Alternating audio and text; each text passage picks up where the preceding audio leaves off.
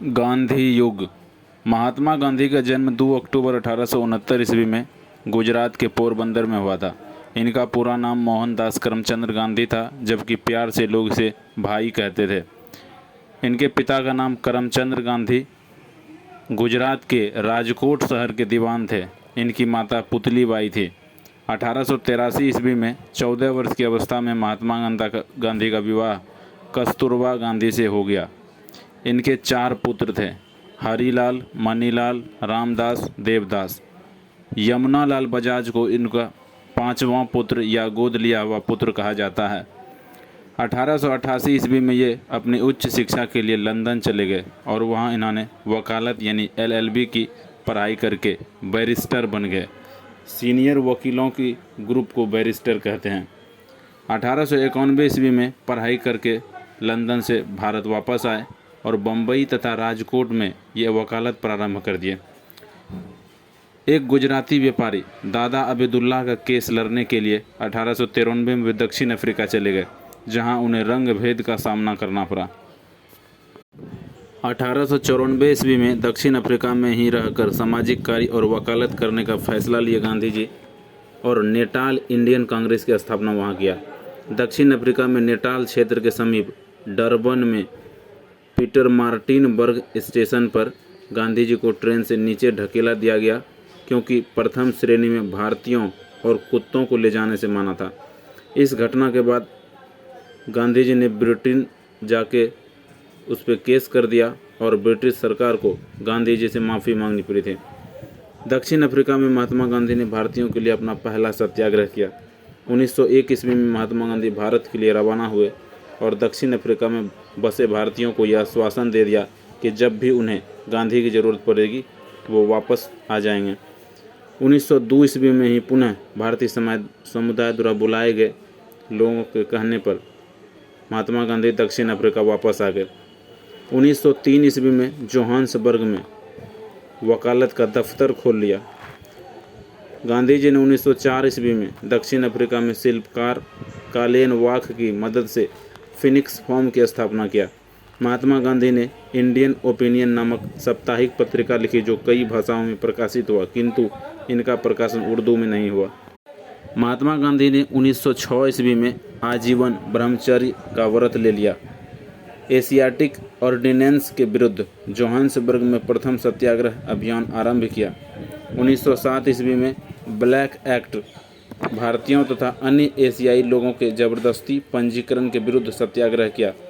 1908 ईस्वी में सत्याग्रह के लिए जोहान्सबर्ग में प्रथम बार कारावास दंड आंदोलन जारी रहा तथा द्वितीय सत्याग्रह में पंजीकरण प्रमाण पत्र जलाए गए। 1908 ईस्वी में ही पहली बार महात्मा गांधी को जेल हुआ दक्षिण अफ्रीका में।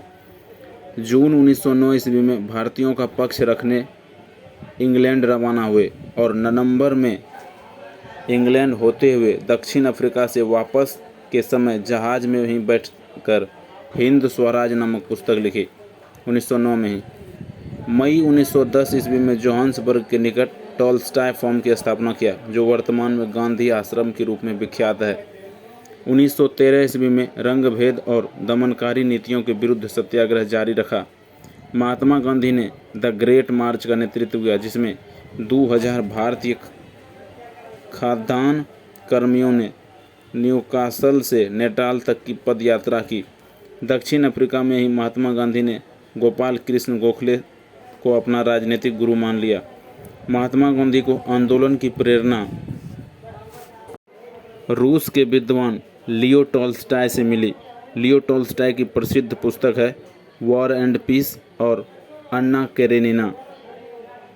लियो टॉल्स्टॉय से ही महात्मा गांधी सर्वाधिक प्रभावित थे। महात्मा गांधी को भूख हड़ताल करने की प्रेरणा जर्मन विद्वान रस्किन से मिली है। महादेव देसाई महात्मा गांधी के सलाहकार अर्थात सचिव थे। अमेरिकी पत्रकार मिलर ने महात्मा गांधी का सहयोग दिया था।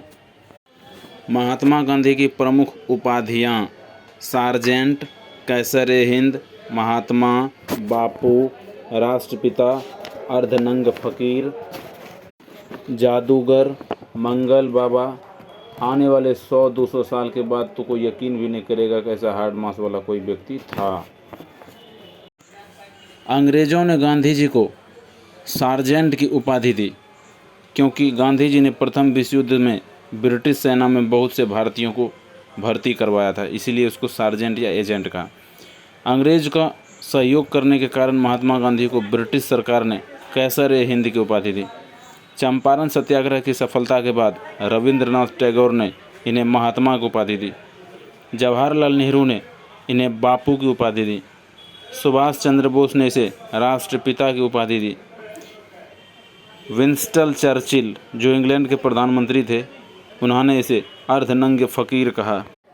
शेख मुजीबुर रहमान ने इसे जादूगर की उपाधि दी। खुदाई खिदमतगार संस्था ने मंगल बाबा की उपाधि दी।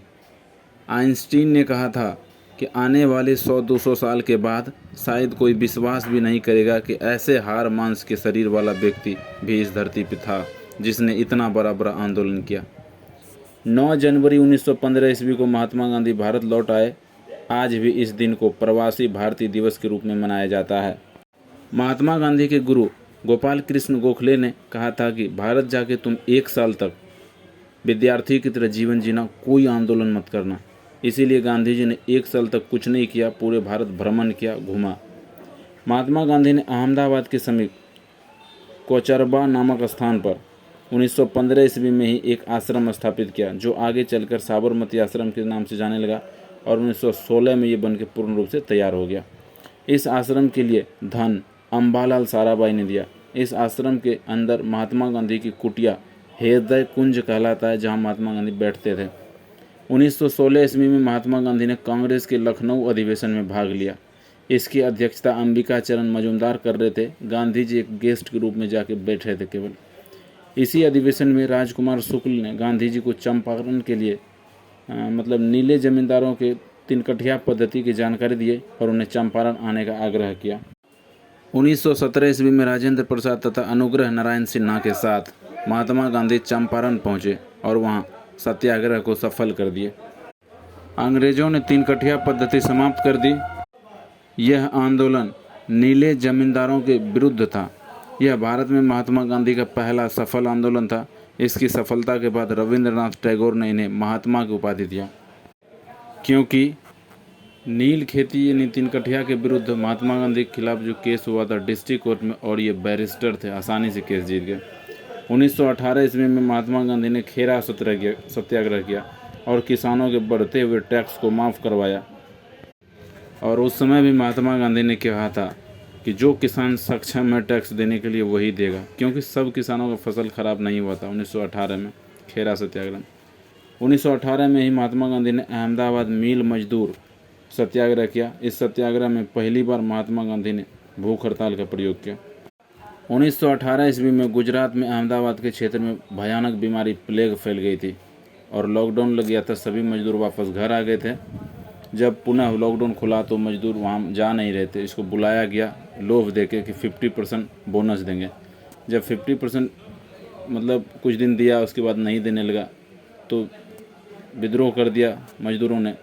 तो गांधी जी उस आंदोलन में गए तो गांधी जी ने मैनेज कर 35% बोनस का बात फाइनल किया। उस पर भी राजी नहीं हुआ तो 35% सैलरी दिला दिया।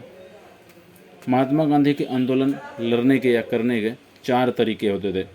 वो पहले सत्याग्रह करते थे, भूख हड़ताल करते थे, बहिष्कार करते थे और हड़ताल करते थे। रॉलेट एक्ट 19 मार्च 1919 ईस्वी भारतीय क्रांति को दबाने के लिए सिडनी रॉलेट ने एनार्किकल एंड रेवोल्यूशनरी एक्ट लाया। एनार्किकल एंड रेवोल्यूशनरी एक्ट, जिसके तहत शक के आधार पर पुलिस किसी भी व्यक्ति को गिरफ्तार कर सकती थी। 30 मार्च 1919 ईस्वी को स्वामी श्रद्धानंद ने कर मत दो आंदोलन किया, जबकि कर मत दो का नारा सरदार वल्लभ भाई पटेल ने दिया। जबकि नो टैक्स विदाउट रिप्रेजेंटेटिव, ये अमेरिका की स्वतंत्रता के मतलब भाषण है। अर्थात कर मत दो आंदोलन स्वामी श्रद्धानंद, कर मत दो का नारा सरदार वल्लभ भाई पटेल और no tax without representative America के स्वतंत्रता संबंधी है। 6 अप्रैल 1919 ईस्वी को गांधी जी द्वारा देशव्यापी हड़ताल किया गया। 8 अप्रैल 1919 को गांधी जी को गिरफ्तार कर लिया गया। इस सत्याग्रह का केंद्र पंजाब था। इसे बिना दलील, बिना अपील, बिना वकील का कानून कहा गया। गांधी जी ने इसे काला कानून कहा। इसी कानून के तहत पंजाब के 2 नेता सैफुद्दीन किचलू और सत्यपाल को गिरफ्तार कर लिया गया। जालियांवाला बाग हत्याकांड 13 अप्रैल 1919 ईस्वी। सत्यपाल एवं सैफुद्दीन किचलू के गिरफ्तारी के विरुद्ध में ही लोगों ने रॉलेट एक्ट के विरोध में अमृतसर के जालियांवाला बाग में लोग इकट्ठा हुए थे और जनसभा का शांतिपूर्ण संचालन कर रहे थे। इस समय भारत का वायसराय अर्थात गवर्नर चैम्सफोर्ड था। पंजाब का लेफ्टिनेंट गवर्नर ओ डायर ने गोरखा रेजिमेंट के ब्रिगेडियर आर डायर को जालियांवाला बाग भेजा, जहां आर डायर ने निहत्थे लोगों पर गोलियां चलवा दी। आंकड़ों के अनुसार मरने वालों की संख्या 379 थी, लेकिन वास्तव में इससे कहीं ज़्यादा लोग मारे गए थे। कांग्रेस ने कहा था कि 1000 से अधिक लोग मरे हैं। हंसराज नामक भारतीय ने जालियांवाला बाग की सूचना अंग्रेज़ों को दे दी कि वहां लोग इकट्ठा होकर आंदोलन करने वाले हैं। जालियांवाला बाग नरसंहार के कारण पूरे भारत में विरोध हुआ। गांधी जी ने कैसर हिंद की उपाधि, रविंद्रनाथ टैगोर ने सर की उपाधि वापस कर दिया अंग्रेज़ों को। डॉक्टर शंकर नायर ने वायसराय की कार्यकारिणी परिषद से त्यागपत्र दे दिया। कांग्रेस ने इस घटना की जांच के लिए मदन मोहन मालवीय के नेतृत्व में एक समिति बनाई। इस समिति ने कहा कि यह जनरल डायर द्वारा जल्दीबाजी में लिया गया मूर्खतापूर्ण एक कदम है। अंग्रेज़ों ने इनके जांच के लिए हंटर कमीशन का गठन किया। इस आयोग में 3 भारतीय और 5 अंग्रेज सदस्य थे। इस कमीशन में जनरल डायर को सही ठहराया गया।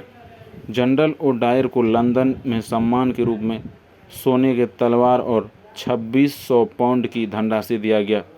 1940 ईस्वी में उधम सिंह ने लंदन जाकर जनरल ओ डायर को गोली मार की हत्या कर दी। होम रूल आंदोलन 1916 ईस्वी।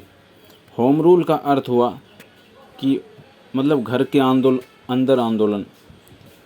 इसका अर्थ हुआ कि अंग्रेज बड़े कानून जैसे प्रशासनिक और राजनीतिक हुआ वो संभाले, लेकिन सामाजिक जीवन में क्या हस्तक्षेप होनी चाहिए इस पे अंग्रेज ध्यान ना दे। होम रूल आंदोलन आयरलैंड से प्रेरित था। इनकी शुरुआत 2 चरण में हुई थी। पहला चरण बाल गंगाधर तिलक ने अप्रैल 1916 ईस्वी में महाराष्ट्र से प्रारंभ किया और इसी आंदोलन के दौरान उन्होंने कहा कि स्वराज मेरा जन्मसिद्ध अधिकार है और इसे तो मैं लेकर ही रहूँगा। वैलेंटाइन सिरोले ने तिलक जी को भारतीय अशांति का जनक कहा, इंडियन अर्नेस्ट कहा, जिस कारण ये उस पर केस करने लंदन चल गए और 1918 ईस्वी में होम रूल का पहला चरण समाप्त हो गया। नोट: बाल गंगाधर तिलक को लोकमान्य तिलक भी कहा जाता है। इनकी अर्थी को बाल गंगाधर तिलक जब मरा था तो इनकी अर्थी को महात्मा गांधी और शौकत अली ने भी कंधा दिया था। होम रूल आंदोलन का दूसरा चरण सितंबर 1916 ईस्वी में आयरलैंड की महिला एनी बेसेंट ने प्रारंभ किया। इनका होम रूल आंदोलन पूरे भारत में फैल गया, किंतु अंग्रेज़ों ने एनी बेसेंट को गिरफ्तार कर लिया और जब 1918 ईस्वी में उन्हें छोड़ा तो होम रूल आंदोलन पूरी तरह समाप्त हो चुका था।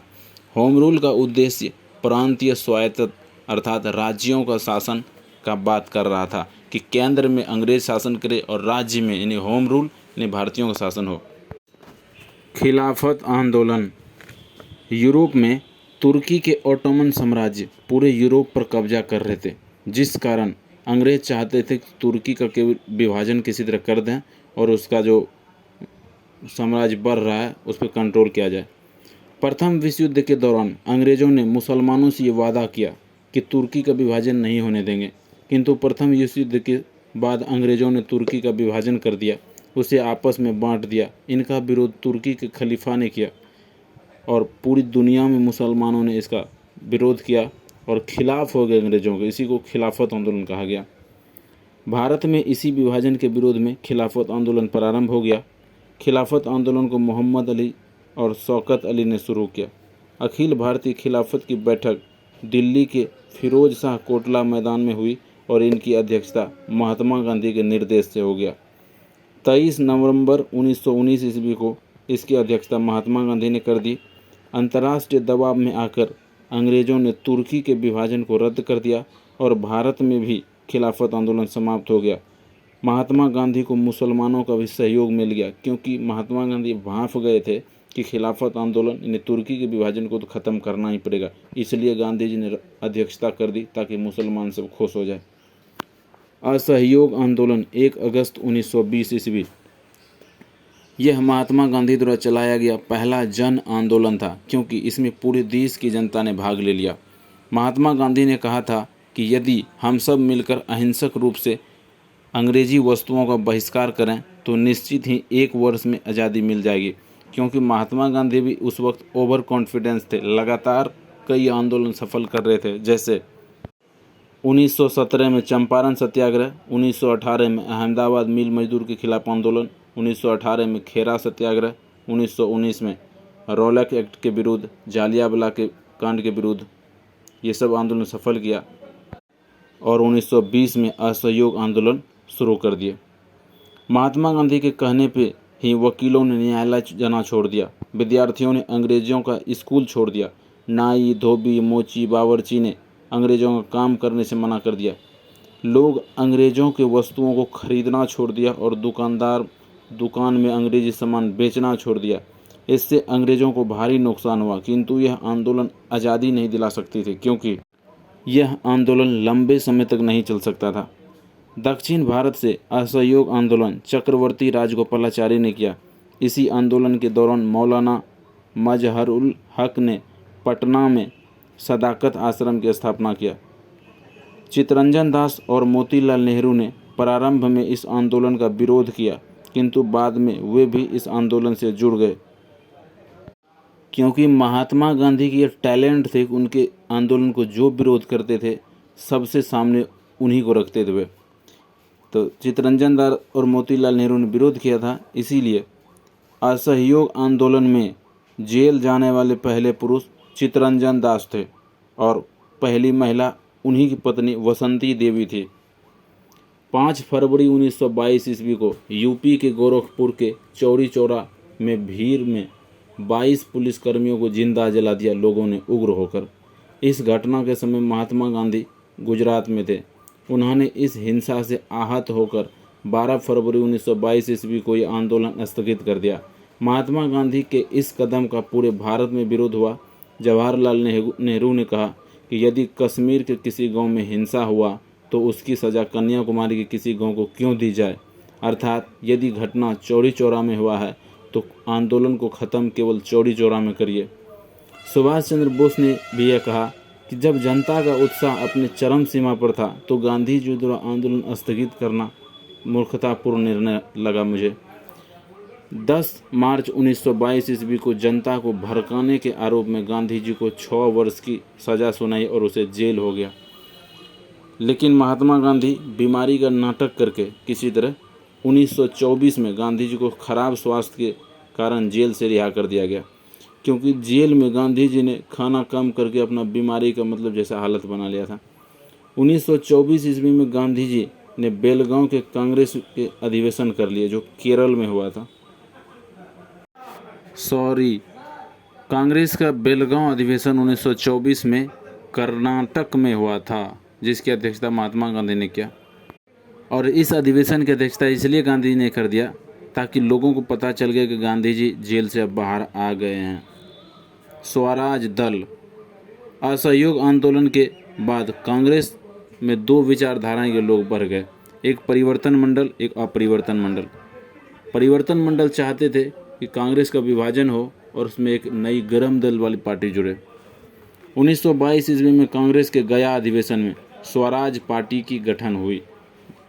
परिवर्तन मंडल के द्वारा इसका गठन हुआ। इस समय कांग्रेस के अध्यक्ष चित्तरंजन दास थे। 1922 ईस्वी में कांग्रेस के गया अधिवेशन में स्वराज पार्टी के गठन पर चर्चा हुई परिवर्तन मंडल के द्वारा। उस समय कांग्रेस के अध्यक्ष चित्तरंजन दास थे। 1 जनवरी 1923 ईस्वी को फाइनली स्वराज पार्टी का गठन इलाहाबाद में हो गया। इनके पहले अध्यक्ष चित्तरंजन दास थे और महासचिव मोतीलाल नेहरू थे, जो इस पार्टी के संस्थापक भी थे। इस पार्टी का मुख्य उद्देश्य था केंद्रीय विधानसभा यानी संसद में घुसकर सरकारी काम में बाधा डालना। इसके लिए उन्होंने चुनाव लड़ने का निर्णय लिया और जनता से ये वादा किया कि वे भी सरकारी पद नहीं लेंगे। यानी कि चित्तरंजन दास और मोतीलाल नेहरू का कहना था कि हम सड़कों पर असहयोग आंदोलन क्यों करें, संसद में घुसेंगे, चुनाव लड़ेंगे और वहाँ असहयोग करेंगे। तो इसीलिए चुनाव लड़ा, जनता से वादा किया सरकारी पद नहीं लेंगे। केंद्रीय विधानसभा में 100 सीटों में चुनाव हुआ और स्वराज दल को 42 सीट प्राप्त हुई, जिस कारण 1923 ईस्वी के चुनाव में स्वराज पार्टी सबसे बड़ी विपक्षी पार्टी बन गया। इस पार्टी का मेन 3 काम था कि सरकार के काम में बाधा डालना, राज्य की स्वायत्तता अर्थात स्वतंत्रता की बात करना और डोमिनियन स्टेट की बात करना। स्वराज दल ने ली कमीशन की रिपोर्ट को नहीं लागू होने दिया, जो जाति की उच्चता को बरकरार रखने की बात करता था। ली कमीशन। स्वराज दल ने मूडीमैन कमीशन का भी रिपोर्ट प्रकाशित नहीं होने दिया, क्योंकि मूडीमैन कमीशन राज्यों में स्वतंत्रता न लगाकर द्वैत शासन की बात करता था। विट्ठल भाई विधानसभा के पहले भारतीय अध्यक्ष बने, ये स्वराज दल के थे, विट्ठल भाई। अतः इन्हें जानबूझकर अंग्रेजों ने सरकारी पद पर बैठा दिया ताकि जनता इसके खिलाफ हो जाए। मोतीलाल नेहरू ने भी सरकारी पद ले लिया बाद में, जिस कारण जनता का विश्वास स्वराज पार्टी से हट गया और 1928 आते आते ये पार्टी खत्म हो गया। 2 और सत्याग्रह हुए थे, बलसाड सत्याग्रह और वाईकुंठ सत्याग्रह।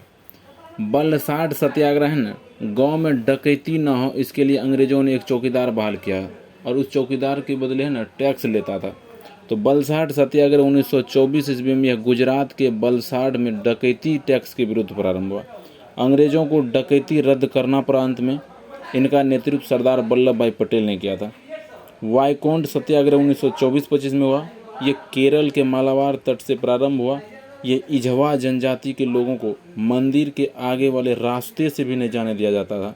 इसी के विरुद्ध टी.के. माधवन ने यह आंदोलन प्रारंभ किया। यह आंदोलन सफल रहा। साइमन कमीशन 1919 ईस्वी के भारत शासन अधिनियम में कहा गया था कि ये अधिनियम पारित होने के 10 वर्ष बाद एक और संवैधानिक आयोग की नियुक्ति की जाएगी, जो इस बात का जांच करेगी कि भारत सरकार अधिनियम 1919 यानी भारत के उत्तरदायी शासन की दिशा में कहाँ तक प्रगति करने की स्थिति में है।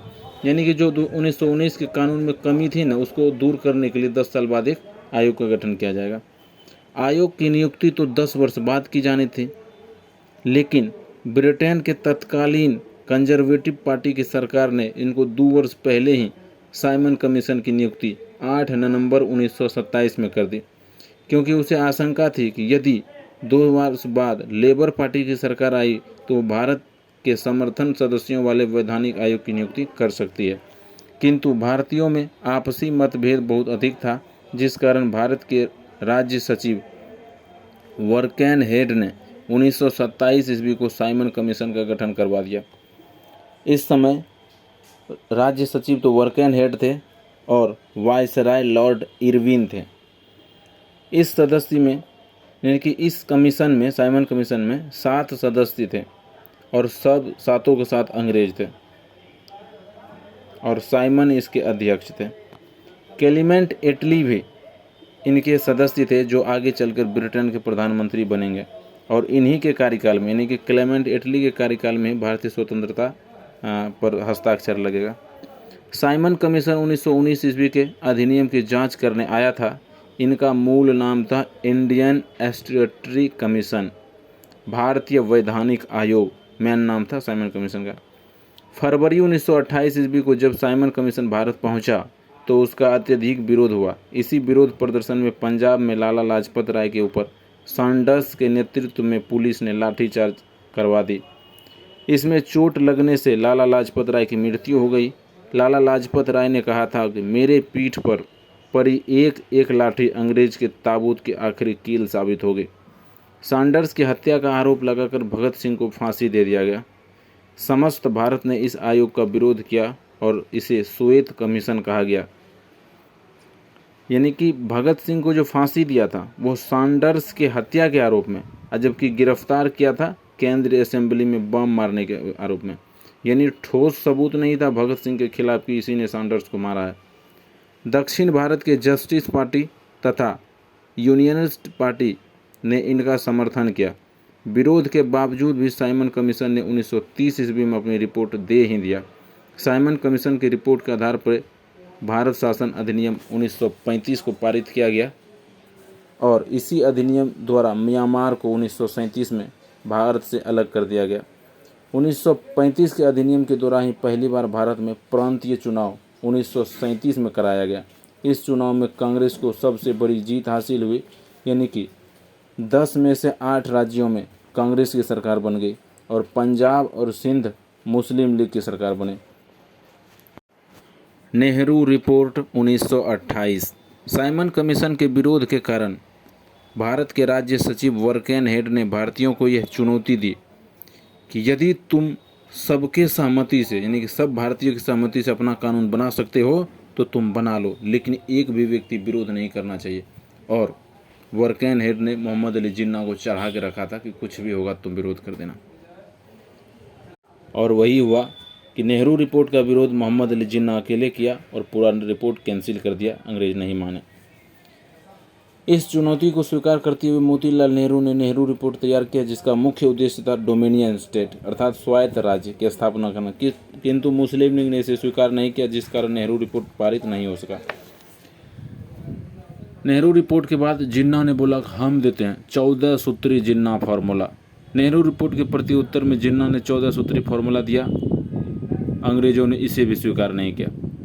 और 1928 के बाद 1929 में हुआ कांग्रेस का लाहौर अधिवेशन। इसकी अध्यक्षता जवाहरलाल नेहरू ने किया। इसमें जवाहरलाल नेहरू ने कहा कि मेरे पिताजी डोमिनियन स्टेट चाहते थे, अब मुझे चाहिए पूर्ण स्वराज का प्रस्ताव। और पूर्ण स्वराज का प्रस्ताव पारित किया गया 1929 के लाहौर अधिवेशन में। साथ ही यह निर्णय लिया गया कि 26 जनवरी को स्वाधीनता दिवस हम मनाएंगे। इसी कारण 26 नवंबर 1949 को ही संविधान बन के तैयार था। इसके बावजूद भी 26 जनवरी 1950 को लागू किया गया ताकि अपने स्वतंत्रता के दिन को याद किया जाए।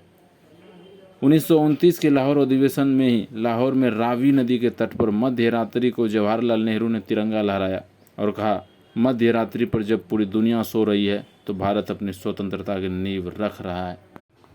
दांडी मार्च। यूरोप में इंग्लैंड और जर्मनी में विवाद शुरू हो गया था 1930 के आसपास। इंग्लैंड के प्रधानमंत्री मैकडोनाल्ड थे। मैकडोनाल्ड चाहते थे कि इस समय भारत में शांति बनी रहे और महात्मा गांधी ने इसी का फ़ायदा उठाया। महात्मा गांधी चाहने लगे इसी बीच भारत में अब अशांति फैलाया जाए। गांधी जी ने इसी बीच इरविन को अपनी 11 सूत्री मांग सौंप दी, किंतु इरविन ने उसे अस्वीकार कर दिया, जिस कारण महात्मा गांधी को मौका मिल गया और 12 मार्च 1930 ईस्वी को साबरमती आश्रम से अपने 78 SC/ST अर्थात अनुसूचित जाति के सहयोगियों के साथ नमक कानून तोड़ने के लिए दांडी की ओर प्रस्थान कर गए। उनके साथ सरोजनी नायडू भी थी।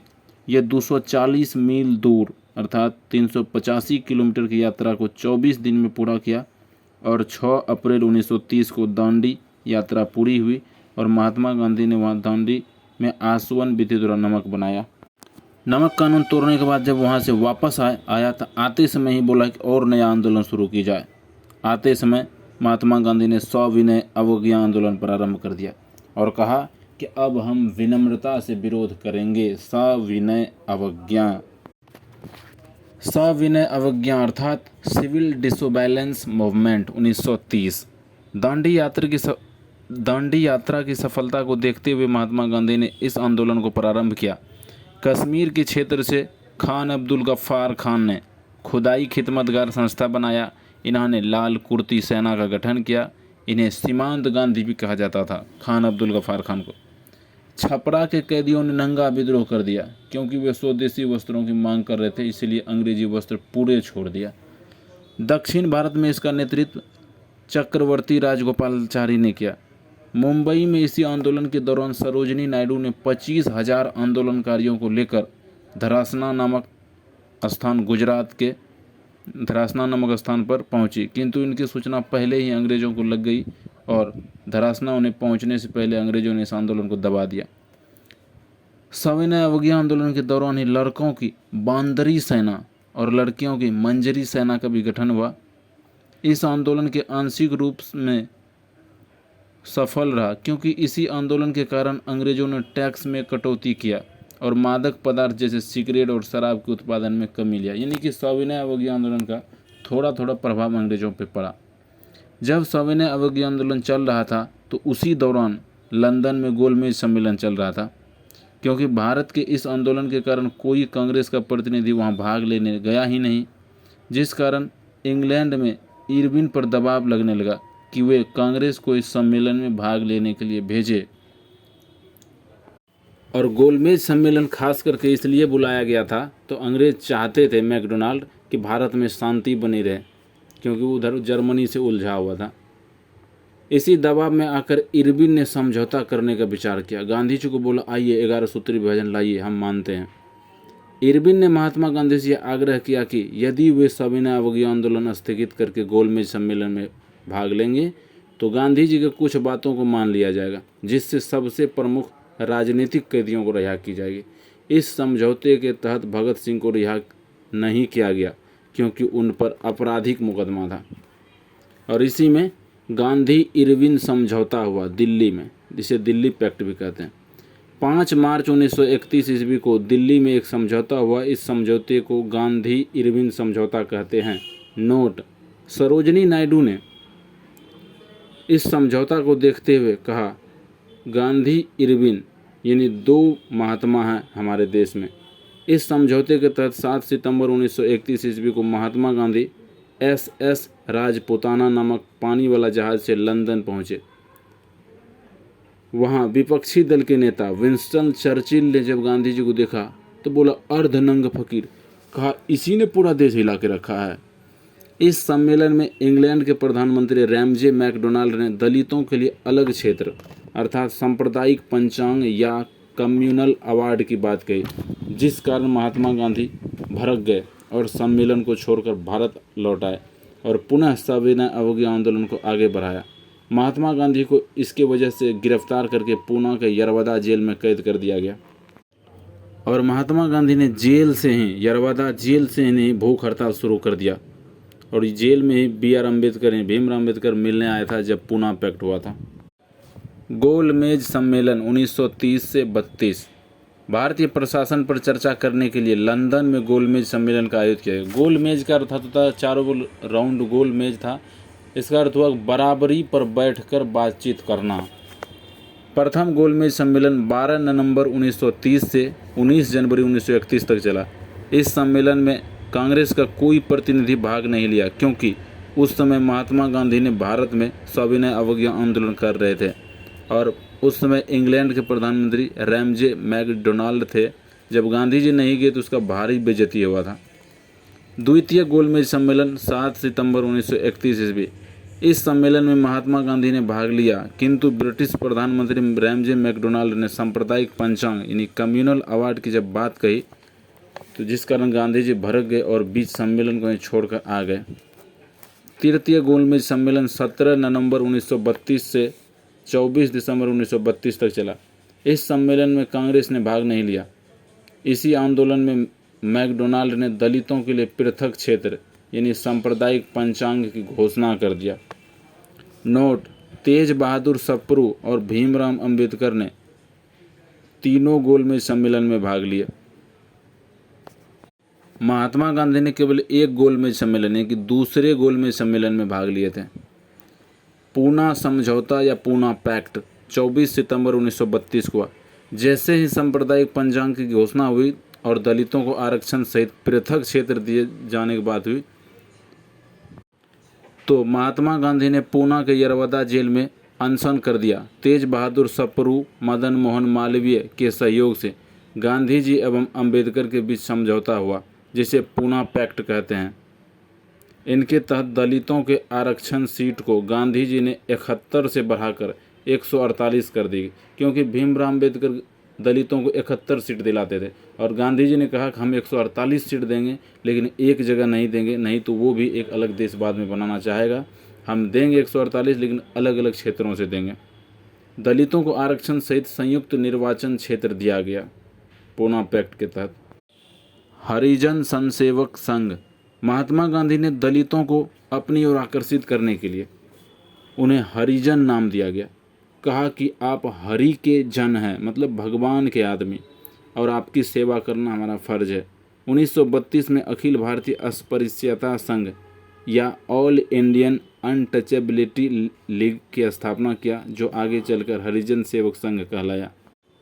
मुस्लिम लीग की स्थापना 1906 ईस्वी में आगा खां एवं सलीमुल्लाह खां ने ढाका में किया। इस समय वायसराय मिंटो द्वितीय थे। मिंटो द्वितीय को भारत में सांप्रदायिकता का जनक कहा जाता है, क्योंकि मिंटो द्वितीय ने ही ज़्यादा सांप्रदायिक दंगा फैलाया है। 1909 ईस्वी में मुस्लिम लीग की मांग पर मुसलमानों की पृथक निर्वाचन क्षेत्र मिल गया, जिस कारण कांग्रेस और मुस्लिम लीग में विवाद हो गया। एनी बेसेंट और तिलक के सहयोग से 1916 ईस्वी में कांग्रेस के लखनऊ अधिवेशन में अंबिका चरण मजूमदार अध्यक्ष थे। इसमें उन्होंने कांग्रेस के गरम दल, नरम दल और मुस्लिम लीग तीनों को एक साथ मिला लिया और कांग्रेस ने मुस्लिम लीग के पृथक निर्वाचन क्षेत्र को मान्यता दे दिया और स्वीकार कर लिया। इस अधिवेशन की अध्यक्षता अंबिका चरण मजूमदार ने किया था। 1929-30 के दौरान मोहम्मद इकबाल ने सर्वप्रथम द्विराष्ट्र की बात कही और चौधरी रहमत अली ने पाकिस्तान शब्द दिया। 1937 ईस्वी के चुनाव के फलस्वरूप कांग्रेस सबसे बड़ी पार्टी बनी थी और वायसराय के परिषद में कांग्रेस का दबदबा बढ़ गया और मुस्लिम लीग की शक्तियां कमज़ोर होती दिख रही थी। द्वितीय विश्व युद्ध में अंग्रेज़ों ने बिना भारतीयों तथा कांग्रेसों की अनुमति से ही घोषणा कर दिया कि भारत की 3 लाख सैनिक इंग्लैंड की तरफ से लड़ेंगे जर्मनी में जाके, जिस कारण कांग्रेस ने 22 दिसंबर 1939 ईस्वी को वायसराय के कार्यकारिणी परिषद से सामूहिक रूप से त्यागपत्र दे दिया। इससे खुश हो गया मुस्लिम लीग। जिन्ना बोला 22 दिसंबर 1939 को उसने मुक्ति दिवस मना लिया कि भैया हमको कांग्रेस से मुक्ति मिल गया। और इस समय भारत के वायसराय लॉर्ड लिनलिथगो थे। 1940 ईस्वी में मुस्लिम लीग का लाहौर अधिवेशन हुआ। इसकी अध्यक्षता मोहम्मद अली जिन्ना ने किया। उन्होंने स्पष्ट रूप से कहा कि अब मुझे पाकिस्तान एक अलग देश चाहिए। 1945 ईस्वी में लॉर्ड वेवेल ने, क्योंकि लिनलिथगो के बाद वेवेल आया, 1945 में लॉर्ड वेवेल ने भारत के विभिन्न पार्टियों को आपस में समन्वय बनाकर यानी मिलजुल कर रहने के लिए शिमला सम्मेलन बुलाया, किंतु इस सम्मेलन में मुस्लिम लीग पूरे जिद कर दिया कि हमको पाकिस्तान अलग चाहिए तो चाहिए, जिस कारण ये सम्मेलन विफल हो गया। शिमला सम्मेलन में मुस्लिम लीग की बात नहीं मानी गई और मुस्लिम लीग के पाकिस्तान के मांग के कारण यह सम्मेलन विफल रहा। मोहम्मद अली जिन्ना का परिचय। मोहम्मद अली जिन्ना गुजरात के हिंदू परिवार से थे। मोहम्मद अली जिन्ना के जो दादा थे वो ठक्कर जाति के थे। उसका नाम पुंजा भाई ठक्कर थे, जो गुजरात में मछली का व्यापार करते थे। क्योंकि मछली मतलब गुजराती लोग ज़्यादा मांस मछली नहीं खाते, ये मछली का व्यापार करते थे, इसलिए इसको गांव से निकाल दिया था पुंजा भाई ठक्कर को। ये कराची चल गए, वहाँ इस्लाम धर्म को कबूल कर लिया। पुंजा भाई ठक्कर के पुत्र हुए जीना भाई ठक्कर। जीना भाई ठक्कर की बीबी मीठी बाई और जीना भाई से मिलकर एक बच्चे का जन्म हुआ, जिसका नाम मोहम्मद अली रखा गया, क्योंकि उसके दादा तब तक इस्लाम कबूल कर चुके थे और भाई लगाया। ये लंदन जब पढ़ने चले गए तो भाई हटा लिया अपने टाइटल से और नाम बच गया मोहम्मद अली जीना। प्रत्यक्ष कार्रवाई दिवस। शिमला सम्मेलन की विफलता के बाद मुस्लिम लीग ने 16 अगस्त 1946 ईस्वी को प्रत्यक्ष कार्रवाई दिवस या डायरेक्ट एक्शन प्लान घोषित किया। इसके तहत पूरे भारत में सांप्रदायिक दंगे फैल गए और सबसे बड़ा दंगा बंगाल के नोआखली में हुआ, जहां 2 लाख से अधिक लोगों की मृत्यु हुई। मुस्लिम लीग का नारा था कि बांटो और आज़ाद करो। इन दंगों से तंग आकर कांग्रेस ने CR फॉर्मूला दिया, श्री राजगोपालाचारी फॉर्मूला के आधार पर भारत का विभाजन कर दिया, समर्थन दे दिया। लॉर्ड माउंटबेटन को यह विशेष सलाह देकर भारत भेजा गया था कि जब तक संभव हो भारत को संयुक्त रखिए, उसको बांटिए मत। यानी विभाजन के खिलाफ थे अंग्रेज, किंतु सांप्रदायिक दंगा से तंग आकर माउंटबेटन ने भी CR फॉर्मूला का समर्थन कर दिया और बाल्कन प्लान के तहत 14 अगस्त 1947 ईस्वी को भारत का विभाजन कर दिया गया। मैकुलन रेडक्लिफ के नेतृत्व में भारत पाकिस्तान के बीच एक लाइन खींची गई, जिसे रेडक्लिफ नामक लाइन कहा जाए। मोहम्मद अली जिन्ना को पाकिस्तान का निर्माता कहा जाता है। लियाकत अली पहले प्रधानमंत्री बने पाकिस्तान के, जो संयुक्त भारत के वित्त मंत्री थे। सुभाष चंद्र बोस। सुभाष चंद्र बोस का जन्म 23 जनवरी 1897 ईस्वी में उड़ीसा के कटक में हुआ था। इनके गुरु का नाम चित्तरंजन दास थे। सुभाष चंद्र बोस ने 1920 ईस्वी में पहली बार इंडियन सिविल सर्विसेज यानी ICS की परीक्षा पास की और महात्मा गांधी उस समय असहयोग आंदोलन चला रहे थे। उन्हीं से प्रभावित होकर सुभाष चंद्र बोस ने 1921 ईस्वी में अपनी नौकरी ICS की नौकरी से त्याग दे दिया और राजनीति में प्रवेश कर गए। उसी बीच चौरी चौरा कांड हुआ और गांधी जी ने असहयोग आंदोलन वापस ले लिया, जिस कारण सुभाष चंद्र बोस को झटका भी लग गया था। 1938 ईस्वी में गुजरात के हरिपुरा कांग्रेस के अधिवेशन में सुभाष चंद्र बोस पहली बार अध्यक्ष बने और 1939 ईस्वी में मध्य प्रदेश के त्रिपुरी अधिवेशन में अध्यक्ष के चुनाव में सुभाष चंद्र बोस खड़ा हो गए। 1939 के त्रिपुरी अधिवेशन में महात्मा गांधी चाहते थे कि पट्टाभी सीतारामैया को अध्यक्ष बनाया जाए, क्योंकि सुभाष चंद्र बोस गरम दल के थे और गांधी जी चाहते थे गरम दल वाले अलग पार्टी बना ले। किंतु इस अधिवेशन में महात्मा गांधी के लाख प्रयास करने के बावजूद भी मतदान हुआ और अध्यक्ष चुना गया। इसमें सुभाष चंद्र बोस अध्यक्ष चुना गए, जिस कारण गांधी जी और सुभाष चंद्र बोस में मतभेद हो गया। कांग्रेस के इतिहासकार पट्टाभी सीतारामैया थे। सुभाष चंद्र बोस इस मतभेद होने के कारण कांग्रेस से त्यागपत्र दे दिया और एक अलग पार्टी फॉरवर्ड ब्लॉक पार्टी की स्थापना 1939 में कर लिया। अब अध्यक्ष सुभाष चंद्र बोस चुने गए, उसने त्यागपत्र दे दिया, जो सीट खाली बच गया। गांधी जी ने पट्टाभी सीतारामैया को फिर से बुलाया, लेकिन वो बेइज्जती के कारण नहीं आए, तो उसके स्थान पर राजेंद्र प्रसाद को अध्यक्ष बनाया गया। 1940 ईस्वी में यानी कि 1939 में फॉरवर्ड ब्लॉक बनाया सुभाष चंद्र बोस ने। 1940 में भड़काऊ भाषण देने के कारण इसको जेल हो गया, बंगाल में जेल में बंद कर दिया और जेल में ये दाढ़ी मूछ बढ़ा लिया, पूरा एकदम अफगानी पठान का रूप ले लिया। 1941 में जेल से रिहा हो गए, यानी कि भाग गए निकल के, और भाग के जर्मनी चल गए हिटलर से मिलने। हिटलर ने इन्हें नेताजी को उपाधि दिया। हिटलर जिन भारतीय सैनिकों को बंदी बनाया था, सुभाष चंद्र बोस ने उन्हें इंग्लैंड के विरुद्ध लड़ने के लिए पूरा मोटिवेट कर दिया। इन सैनिकों को हथियार और ट्रेनिंग जापान ने दिया। साथ ही अंडमान और निकोबार भी सुभाष चंद्र बोस को उपहार में जापान ने दे दिया। सुभाष चंद्र बोस ने अंडमान और निकोबार द्वीप का नाम बदलकर शहीद और स्वराज द्वीप रख दिया, यानी कि अंडमान का नाम शहीद रखा, निकोबार का स्वराज रखा। और अपने सैनिकों में जोश भरते हुए जुबली हॉल में सुभाष चंद्र बोस ने एक नारा दिया, तुम मुझे खून दो, मैं तुम्हें आज़ादी दूंगा।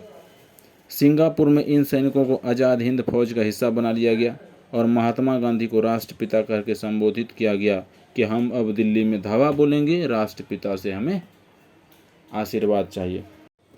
आज़ाद हिंद फौज या इंडियन नेशनल आर्मी, इसे INA भी कहते हैं। इंडियन नेशनल आर्मी अर्थात आज़ाद हिंद फौज अगस्त 1942 में बना।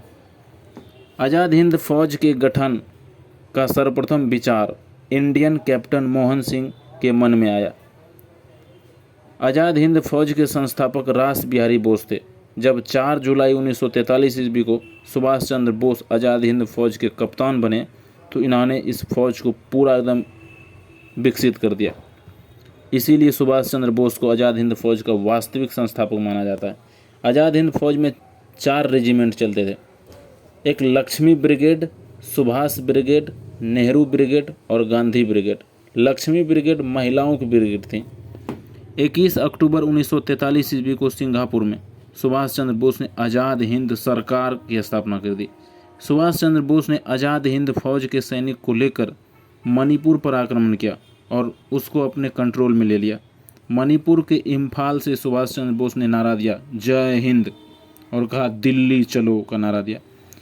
इसी बीच 6 अगस्त और 9 अगस्त 1945 को अमेरिका ने जापान पर परमाणु हमला कर दिया, जिस कारण सुभाष चंद्र बोस ने जापान छोड़ दिया और छोड़ के आ ही रहा था सिंगापुर की ओर कि 18 अगस्त 1945 को ताइवान के समीप विमान दुर्घटना में सुभाष चंद्र बोस की मृत्यु हो गई। 18 अगस्त 1945 को जापान सरकार ने इसकी मृत्यु की घोषणा 4 दिन बाद यानी 22 अगस्त 1945 को किया। इनकी मृत्यु के बाद आज़ाद हिंद फौज के सैनिक पर लाल किला में मुकदमा चल गया। दिल्ली के लाल किला में मुकदमा चल गया। इस मुकदमा को लड़ने वाले 3 वकील थे, जवाहरलाल नेहरू, तेज बहादुर और केएन काटजू जैसे वकीलों ने मुकदमा को लड़ा। अगस्त प्रस्ताव 1940, 8 अगस्त 1940 को ये प्रस्ताव आया। द्वितीय विश्व युद्ध में भारतीयों ने अंग्रेज़ों का साथ देने से इनकार कर दिया।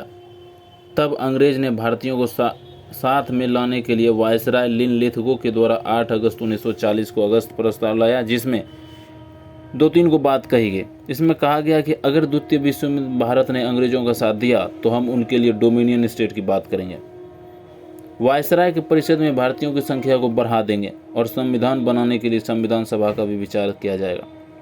अगस्त प्रस्ताव असफल रहा। इसके जवाब में महात्मा गांधी ने व्यक्तिगत सत्याग्रह शुरू कर दिया। व्यक्तिगत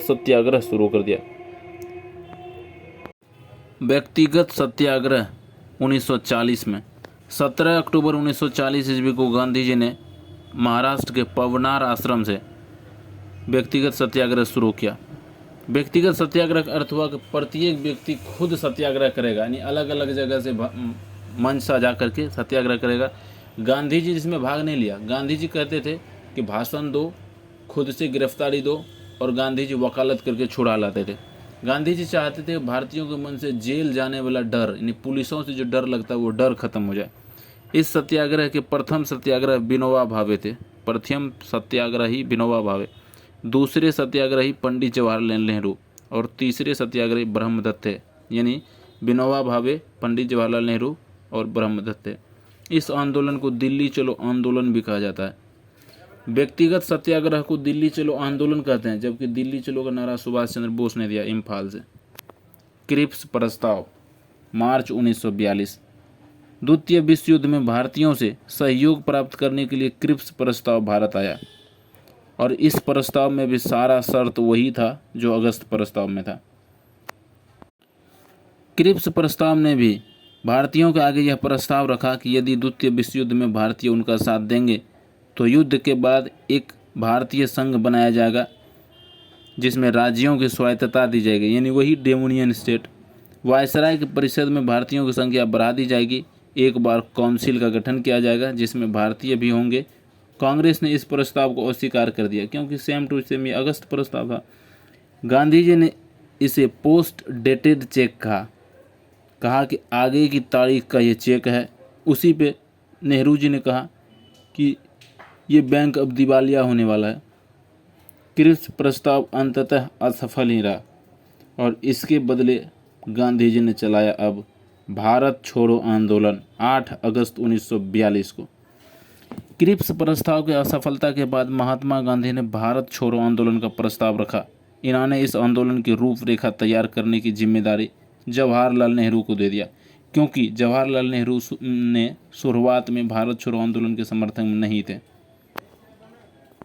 जब जवाहरलाल नेहरू ने भारत छोड़ो आंदोलन के समर्थन में नहीं थे तो गांधी जी ने उसी समय कहा था कि मैं देश की एक मुट्ठी बालू से ही कांग्रेस से बड़ा दल खड़ा कर सकता हूं। तब जवाहरलाल नेहरू मोटिवेट होकर भारत छोड़ो आंदोलन की रूपरेखा तैयार करने के काम शुरू किए। जवाहरलाल नेहरू ने उसी एवज में कहा था कि मैं द्विधारी तलवार से खेलने जा रहा हूं। भारत छोड़ो आंदोलन 8 अगस्त 1942 ईस्वी को मुंबई के ग्वालियर टैंक मैदान से प्रारंभ हुआ, किंतु अंग्रेज़ों ने ऑपरेशन 0 आवर चलाया और उसी के तहत नेताओं को रातों रात गिरफ्तार कर लिया। अतः यह आंदोलन नेतृत्वहीन हो गया। जनता को पता ही नहीं चला कि नेता रात में गया कहाँ, वो आ क्यों नहीं रहा ग्वालियर टैंक मुंबई। इसी बीच तब गुप्त रूप से मदन मोहन मालवीय ने इस आंदोलन का नेतृत्व किया। इन्हें महामना कहा जाता है।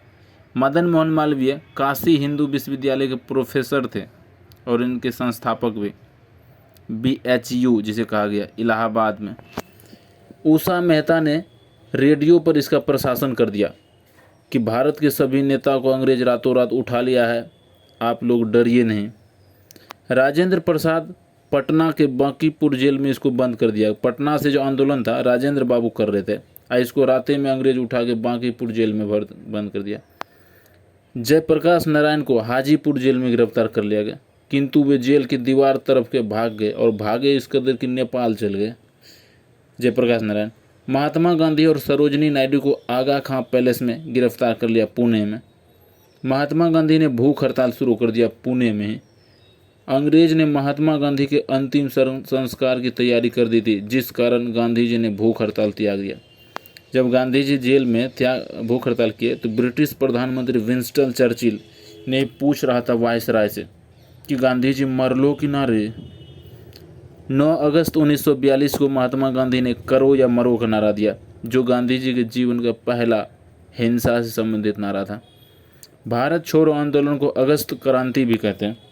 देखो, अगस्त प्रस्ताव अलग था जो 8 अगस्त 1940 में आया था, लेकिन भारत छोड़ो आंदोलन 8 अगस्त 1942 में था, इसको अगस्त क्रांति भी कहते हैं। इसी आंदोलन के दौरान 11 अगस्त 1942 ईस्वी को पटना के सचिवालय पर तिरंगा झंडा लहराने के लिए विद्यार्थी का एक समूह आगे बढ़ा, जिस पर पटना के जिलाधिकारी आयर्स ने गोली चलवा दी, जिसमें 7 विद्यार्थी शहीद हो गए। यह राजेंद्र बाबू की गिरफ्तारी के विरुद्ध थे, क्योंकि राजेंद्र बाबू को रात में पकड़ लिया। अब विद्यार्थी को शक हो गया कि अंग्रेज पकड़ा है, सारा विद्यार्थी चल दिया झंडा फहराने। अंग्रेज का झंडा हटा के सचिवालय में लगा दिया भारत का झंडा। इस घटना को सचिवालय कांड कहते हैं। इसी आंदोलन के दौरान बलिया में चीतू पांडे ने अपनी स्वतंत्र सरकार की स्थापना कर ली। चीतू पांडे ने कहा अब देश आज़ाद हो गलो। अंग्रेज ने कहा कैसे? बोला छोड़, अब बलिया हमारा आज़ाद हो गलो, और बलिया को आज़ाद कर दिया। बोला कि अब अंग्रेज जो यहाँ आएगा उससे टैक्स लेंगे। इसी बलिया के थे मंगल पांडे।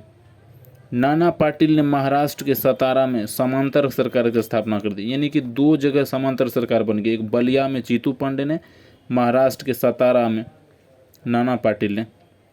यह सरकार सबसे लंबे समय तक चली। इस आंदोलन में महिलाओं ने भी बढ़ चढ़ के हिस्सा लिया था। इस समय के वायसराय लिनलिथगो थे। भारतीयों के दमन के लिए हवाई जहाज से गोली चलाने का निर्णय ले लिया। यह आंदोलन स्वतः ही समाप्त हो गया। वेवेल योजना 1945। लिनलिथगो के बाद भारत के वायसराय वेवेल बने। इन्होंने भारत के सभी राजनीतिक दलों में आपसी समन्वय बनाने के लिए तथा भारत की स्थिति सामान्य बनाने के लिए 14 जून 1945 ईस्वी को एक योजना बनाई। इस योजना को वेवेल योजना कहा गया। वेवेल योजना पर विमर्श करने के लिए भारत के ग्रीष्मकालीन राजधानी शिमला में एक सम्मेलन बुलाया गया, जिसे शिमला सम्मेलन कहा जाता है। अर्थात वेवेल योजना शिमला सम्मेलन बात एक है। शिमला सम्मेलन 25 जून 1945 ईस्वी। इस सम्मेलन में विभिन्न राजनीतिक दलों के 22 प्रतिनिधियों ने भाग लिया। मुस्लिम लीग की ओर से जिन्ना तथा कांग्रेस की ओर से अबुल कलाम आज़ाद ने भाग लिया। इसमें वेवेल योजना के प्रावधानों को बताया गया, जिसकी मुख्य बातें थीं। कहा गया कि इस वायसराय के 14 सदस्यीय परिषद में वायसराय और सेनापति केवल ब्रिटेन का रहेगा, बाकी 12 पदों पर भारतीय रहेंगे। इस परिषद में कहा कि 12 में से 6 लोग मुस्लिम लीग के और 6 हिंदू सदस्य रहेंगे, जो कांग्रेस से रहेंगे। हिंदू तथा मुस्लिम की संख्या बराबर इसमें कर दिया गया। द्वितीय विश्व युद्ध की समाप्ति के बाद भारतीय खुद का संविधान बनाएंगे। ये 3 बात शिमला सम्मेलन में कहा गया था। अब विवाद के कई कारण हो गए।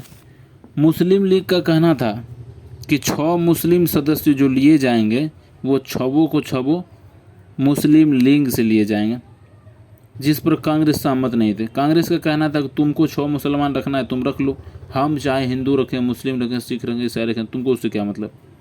14 जुलाई 1945 को लॉर्ड वेवेल ने यह घोषणा कर दिया कि शिमला सम्मेलन विफल रहा, क्योंकि कांग्रेस में 2 हिंदू थे, 4 में मुस्लिम, सिख, ईसाई सब मिला के थे, और मुस्लिम सदस्य वही अबुल कलाम आज़ाद थे। शिमला सम्मेलन के विफलता के बाद मुस्लिम लीग ने 16 अगस्त 1946 को प्रत्यक्ष कार्रवाई दिवस मनाया, डायरेक्ट एक्शन प्लान, जिससे कि दंगा बहुत अधिक हो गया था। बंगाल की नोआखाली में अधिक दंगा हुआ। नौसेना विद्रोह 1946। INS इंडियन नेवल सर्विस यानी INS के सैनिकों ने 19 फरवरी 1946 ईस्वी को भेदभाव के कारण विद्रोह कर दिया। देखते ही देखते विद्रोहियों की संख्या 5000 हो गई।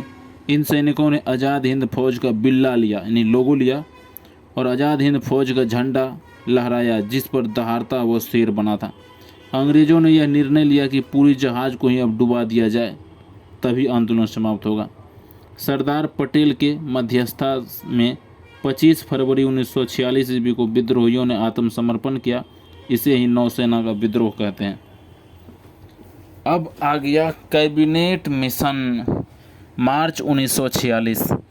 इंग्लैंड के लेबर पार्टी के प्रधानमंत्री क्लेमेंट एटली ने ये घोषणा किया कि 1948 तक ब्रिटिश हिंदुस्तान को आज़ाद कर देंगे, क्योंकि लेबर पार्टी चुनाव में ही कह दिया था कि अगर हमारी सरकार बनेगी तो भारत को आज़ाद कर देंगे।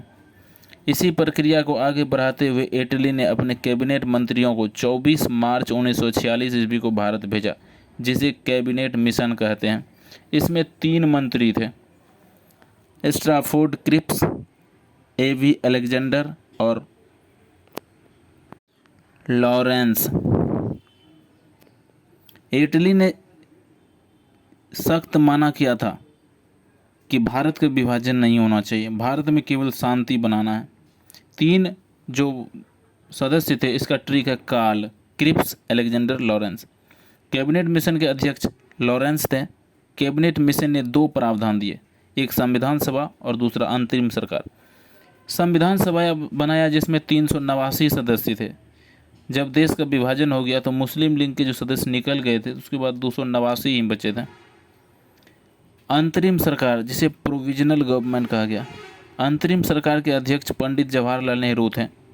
कैबिनेट मिशन ने पृथक पाकिस्तान के प्रस्ताव को अस्वीकार कर दिया, जिस कारण भारत में सांप्रदायिक दंगा फैल गया जिन्ना की वजह से। जिस समय भारत में दंगे बढ़ रहे थे, उस समय वेवेल ने इटली को सुझाव दिया कि हमारे लिए बेहतर यही होगा कि भारत की समस्या को भारतीयों के भाग्य पर छोड़ दें और इंग्लैंड हम लोग वापस जाएं। जैसे होगा ये लोग सरकार चलाएगा अपना। इसी को ब्रेक डाउन पॉलिसी कहा गया। सबसे बड़ा दंगा नोआखली में हुआ था, वेस्ट बंगाल में, जिसे गांधी जी ने कंट्रोल करने के लिए चप्पल खोल के चल गए बीच में। इसी में अंग्रेज़ों ने गांधी जी को कहा था 1 मैन आर्मी, मतलब एक अकेला आर्मी पूरे फौज के बराबर है। माउंटबेटन योजना, माउंटबेटन को वायसराय बनाकर भारत भेजा गया। उन्हें एक विशेष हिदायत से भेजा गया कि जब तक संभव हो भारत को संयुक्त बना के रखा जाए। माउंटबेटन ने भारत को संयुक्त रखने का खूब प्रयास किया, किंतु सांप्रदायिक दंगे से तनाव के कारण बाल्कन प्लान के तहत विभाजन कर दिया गया। इंग्लैंड से जो आया प्लान उसे बाल्कन प्लान या माउंटबेटन योजना कहते हैं, और भारत के लोगों ने जो सुझाव दिया उसको CR फॉर्मूला या चितरंजन दास फॉर्मूला में भारत को बांटा। 4 जुलाई 1947 ईस्वी को स्वतंत्रता का जो विधेयक है ये ब्रिटिश संसद में प्रस्तुत किया गया। 14 दिन बाद यानी 18 जुलाई को भारतीय स्वतंत्रता विधेयक पारित हो गया और 14 अगस्त को पाकिस्तान का निर्माण हुआ और 15 अगस्त 1947 को भारत को स्वतंत्रता मिली। अंतरिम सरकार, इसका निर्माण क्लेमेंट एटली ने 2 सितंबर 1946 में ही किया था। उस समय वायसराय लॉर्ड माउंटबेटन थे। कैबिनेट मिशन के बाद जो आया था अंतरिम सरकार, तो माउंटबेटन थे।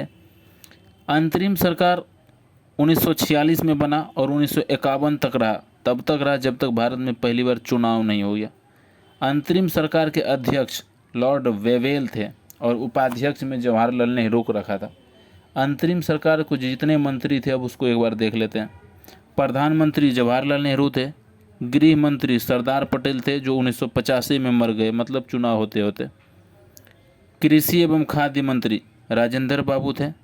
रक्षा मंत्री ने बल वाला आदमी बलदेव थे। उद्योग मंत्री जॉन मथाई थे। वित्त मंत्री लियाकत अली थे।